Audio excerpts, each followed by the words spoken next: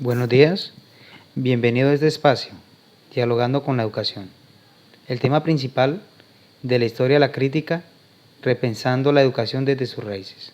Esto es un espacio donde las palabras construyen puentes entre el pasado y el futuro de la pedagogía. Hoy junto con nuestras compañeras Vanessa, Adriana y Luz, exploraremos cómo entender nuestra historia de la educación y que estos temas nos permitan construir una educación más crítica y transformadora, el cual comenzamos esta conectividad desde las raíces históricas hasta las prácticas actuales. Lo que buscamos es encontrar estos hilos invisibles que conectan los sistemas educativos del pasado con el presente. En estos momentos se pueden resaltar lo que dice el autor Ossenbach en sus estudios sobre educación iberoamericana, que no podemos comprender el hoy sin mirar el ayer.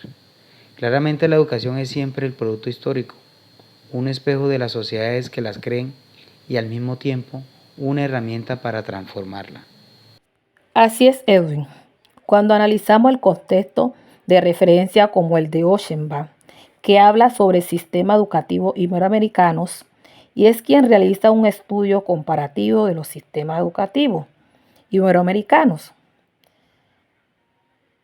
comprendemos que nuestros modelos actuales, los fundamentos históricos muy específicos como el proyecto político y económico, que busca en muchos casos la homogenización cultural y la formación de ciudadanos críticos para esos estados cambiantes. Ochenbach nos muestra cómo estos sistemas se transformaron, se configuraron durante los siglos XIX y XX en mecanismos de control social, pero también como espacio donde emergieron esas grandes resistencias y claramente algunas alternativas. Esta comprensión histórica nos permite desnaturalizar la educación actual y en el momento para dejar de verlas como un contexto normalista, como algo físico. Es el momento de verla como un contexto más humano y empezar a comprender cómo es el desarrollo humano. Exactamente, Vanessa. Y es precisamente aquí donde la teoría crítica se convierte en ese camino iluminado que nos deja ver para fomentar los cuestionamientos. En estos textos importantes que nos deja ver el trasfondo de la importancia crítica, como son los pensadores Frankfurt, Horkheimer, Adorno y el pedagogo Henry Giroux, y otros pedagogos críticos contemporáneos. Nos enseñan que debemos utilizar esos fundamentos heredados, con preguntas incómodas, pero necesarias, que nuestra sociedad genere respuestas exigentes y se convierta en instrumentos de liberación y transformación social, y que nosotros como educadores tenemos una responsabilidad con la ética. Y en la realidad la educación no se puede ser neutral, se reproduce el sistema o se transforma. Comparto plenamente tu reflexión, Adriana. No podemos normalizar situaciones. Y es que ese paso del diagnóstico crítico que se debe solidificar a la acción concreta, no basta con identificar lo que está mal o quedarnos en la queja y un diagnóstico transformador. Lo que necesitamos son propuestas pedagógicas significativas, que se materialice la crítica en prácticas educativas que tengan resultados y que realmente veamos el cambio.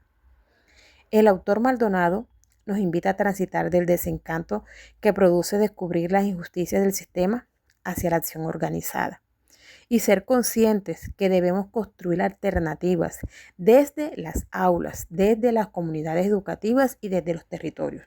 Esto se refiere a la pedagogía crítica. Ya esos argumentos los he escuchado. Por ejemplo, en el caso del autor colombiano Pérez Indarriaga, él nos habla y nos muestra cómo las reformas educativas han tenido limitaciones muy profundas y seguimos arrastrando esos modelos que nos responden a nuestra realidad, con múltiples culturas que generan desigualdades. Compañeros, por eso las perspectivas históricas, al compararlas, es maravillosamente valiosa. Al analizar las experiencias de otros países iberoamericanos, podemos identificar que los desafíos son muy similares, pero también descubrimos que hay alternativas inspiradoras que podemos adaptar a nuestro contexto. Por eso tenemos espejos que debemos aprender con nuestros vecinos países. La educación en Brasil es muy popular. En México, la autonomía educativa. En Bolivia generan proyectos de educación intercultural bilingüe. Con todas estas experiencias o iniciativas, nos muestra que otros caminos son posibles, que debemos construir colectivamente la educación desde sus raíces. Por supuesto, todas las alternativas son favorables, y más cuando tenemos la investigación crítica que nos propone el autor Araya. Se convierte en una herramienta principal y que nos permite descubrir esas relaciones de poder que se esconden en el plan educativo, en la metodología de enseñanzas e incluso en los sistemas de evaluación. Estas metodologías se convierten en nuestra brújula para fortalecer estas relaciones que esconden los diseños de la educación. Cuando hablamos del autor Araya, hablamos de las enseñanzas que investigar desde la perspectiva crítica significa problematizar lo que nosotros vemos normal. Es cuestionar que lo que ya está establecido para buscar los más pequeños errores. Compañeros, esto significa convertir el aula en un espacio de investigación sólida de acción, donde el estudiante y el docente lo hacen juntos, donde el conocimiento no se recibe con fundamentos normales, sino que se construye colectivamente. Y lo más importante, nos invita a la acción. Siempre debemos preguntarnos cómo implementar en nuestras aulas los principios de las pedagogías críticas y cómo crear espacios donde los estudiantes desarrollen pensamientos autónomos y capacidades que les permitan transformar su realidad.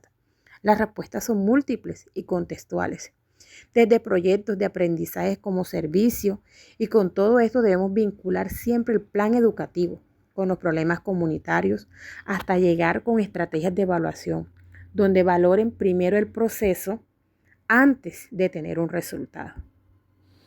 Bueno. Para cerrar, con estos conceptos críticos, compartámosle sus reflexiones, o mejor, preguntemos a todos los que nos escuchan algún tipo de pensamiento que profundice en la realidad.